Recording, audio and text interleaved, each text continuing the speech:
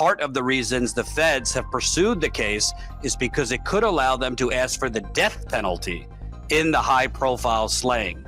All seems to be making sense now why New York Attorney General added on the terrorism charge. He can't face the death penalty in New York, but adding on that terrorism charge, he can face it in federal charges. Hey, it's Jordan. I am in Flint, Michigan, East Palestine, Ohio, Tumwa, Iowa. Please support the only independent outlet on the ground covering what the corporate media covers up. Hey, it's Jordan with Status Coup. Breaking news, Luigi Mangione, the alleged shooter of UnitedHealthcare CEO Brian Thompson, has waived extradition in Pennsylvania and now will be flown by the NYPD to New York, where he might have his first hearing as soon as today. And it sure seems like the feds want to get in on the action in bringing a federal case against Mangione, potentially at the chance of giving him the death penalty if convicted.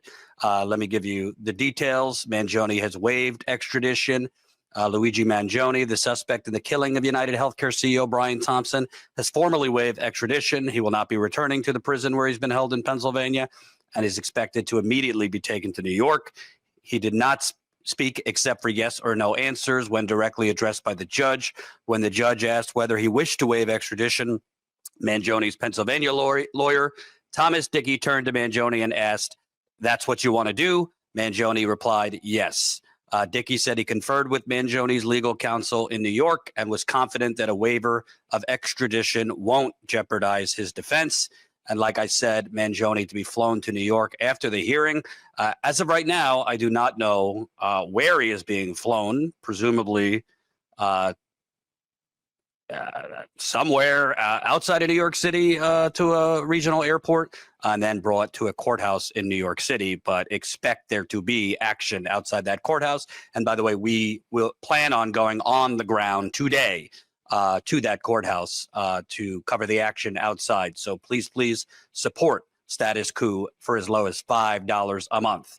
And like I said, in addition to him now being brought to New York City, waiving his extradition, it seems like the federal government, which would be Donald Trump's administration when it's all said and done, since Trump is about to take back over, federal government is expected to charge him federally, we believe, to give the chances to go after him for the death penalty. Accused CEO killer Luigi Mangione is expected to face federal charges in the coming days on top of the first-degree New York State murder charge he was hit with Tuesday.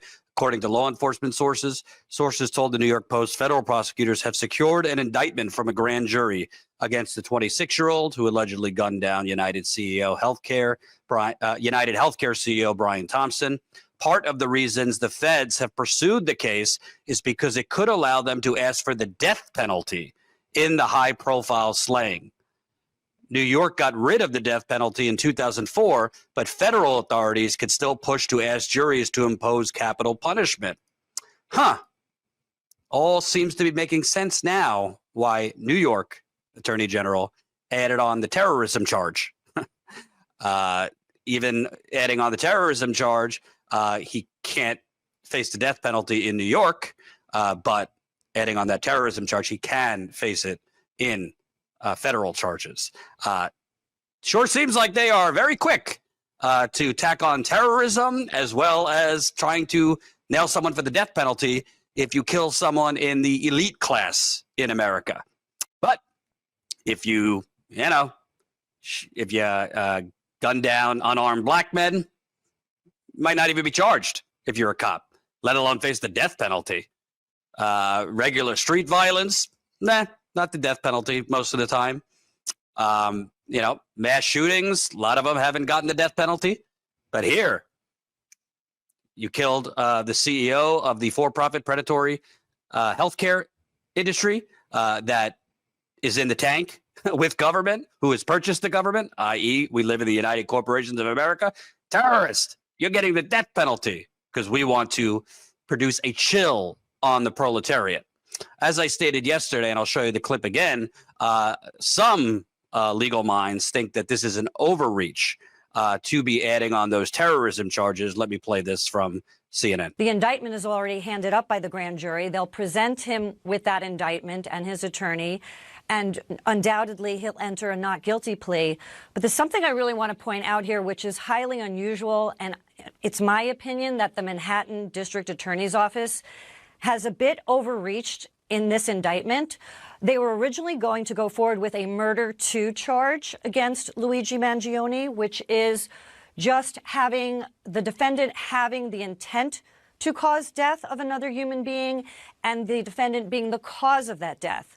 They've now gone forward and enlisted these terrorism component or this terrorism component to a murder 1 indictment, which means they presented evidence in front of the grand jury, which is a group of 24 people from the community, without a judge in place, just a district attorney and a group of 24 grand jurors who hear evidence. It is undoubted, or I believe that the DA presented that alleged manifesto to try to get this terrorism charge added on as murder 1, but they're going to have a harder time proving that in court for one reason, and I'll make it fast. This victim was shot in the back of the head, not in the front of the head, on a quiet sidewalk early in the morning in the dark, and it doesn't appear from a defense attorney's perspective that this was intended to be a terroristic type of murder.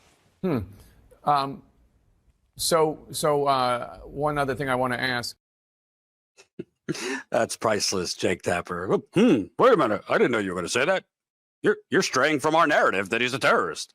Also, might be hard to prove he's a terrorist, considering in his notes it says, yeah, I changed my mind from bombing the investor conference because it would have had the chance of killing innocents, meaning he didn't want to kill innocents who he deemed to be innocent. I don't know many terrorists that don't want to inflict maximum casualties and maximum death. Let's continue. Oh, because arguing this was a terroristic act when he was on a quiet street in the dark shooting a victim in the back of the head and then intending to influence the whole world about the insurance industry was an unintended consequence of this murder. No one expected the social media outpouring, the disturbing social media outpouring from this act, and to have the district attorney and law enforcement from New York mention that there was a social media outcry in relation to a terroristic act is putting the cart before the horse. I mean, the murder happened first, the outcry was second, and totally unpredictable. So I think this might be a case of overreaching on a murder 1. I could see why they have enough evidence, or they believe, law enforcement, that they have enough evidence for murder 2. But this is going to be a very interesting turn. John Miller, I want to play for you. Again, it sure seems like the Manhattan District Attorney is, shall we say, being creative with the application of the law. I mean, at his own press conference, he said first-degree murder is usually applied for, perpetrators who kill police, serial killers. So we're putting on par the CEO of UnitedHealthcare, who was making $10 million a year, who lived in a mega mansion. I'm sorry for his kids, but the New York legal officials, and it seems like the federal officials, sure seem to be putting Brian Thompson and the elite of the capitalist class on a higher pedestal, a different status sphere of victims than your average Joe or Jane. Is that the right John or Jane? I don't know. Who might be gunned down. They get, if you kill an elite, if you kill a CEO, terrorist, death penalty. It's unbelievable. I want to show another clip of a former federal prosecutor who called the adding on of the terrorist charge a risky play for prosecutors because it will allow more evidence in that would make a jury potentially sympathetic for Luigi Mangione. Elizabeth, I'm not surprised that we're seeing these terrorism charges and first-degree murder charges, but it is a risky move. And terrorism requires either an intent to intimidate the public or influence government policy. And New York has a more narrow first-degree murder law than most states. So it does result in an increased potential penalty. It's 20 to 25 years without the possibility of parole for first-degree murder, and only 15 with the possibility of parole for second-degree murder. So I understand why Bragg's office did this, but now it raises the question as to why Mangione did this. And if I'm prosecuting this case, I want to keep all that evidence out, because that raises the possibility of jury sympathy and potentially even jury nullification. Right. The case he's going to have to build is going to be he was on a crusade against these ghoulish healthcare insurance companies. And guess what? A sizable number of Americans are frustrated and furious with their insurance companies. Yes, so it raises the element of why, and you have to get into Mangione's intent and his history. So it brings in a lot of evidence that otherwise could have been excluded. There's also one additional wrinkle here. Terrorism is also a federal crime, whereas most murders are not. So now there's the possibility that the Trump-appointed Attorney General comes in and takes this case away from Alvin Bragg. And we know how the president-elect feels about the Manhattan District Attorney. So there might be a federal component as well now that we're seeing these terrorism charges. Well, listen, they added terrorism. Then you have the federal government likely to add charges. I mean, listen, anyone could lie to get on a jury. Anyone could withhold their true feelings. There's going to be, I mean, hardcore back and forth between the prosecution and defendants, defense lawyers. I'm sure you've watched Law and Order in terms of which jurors they allow, which jurors they fight to keep jurors off.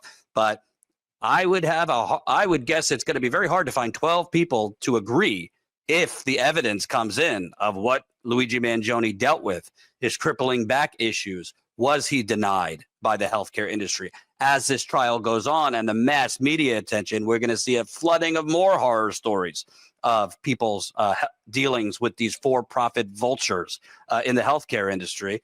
You think the jurors are going to have no exposure to that? Of course, they're not supposed to consume media or talk to people, but they are human. So it will be interesting. But like I said, we expect him to arrive in New York today. We don't know where yet, but we are going to try and be on the ground for that. Please, please support Status Coup for as low as $5 a month. StatusCoup.com/join, so we could help fund on the ground reporting and cover what the corporate media covers up.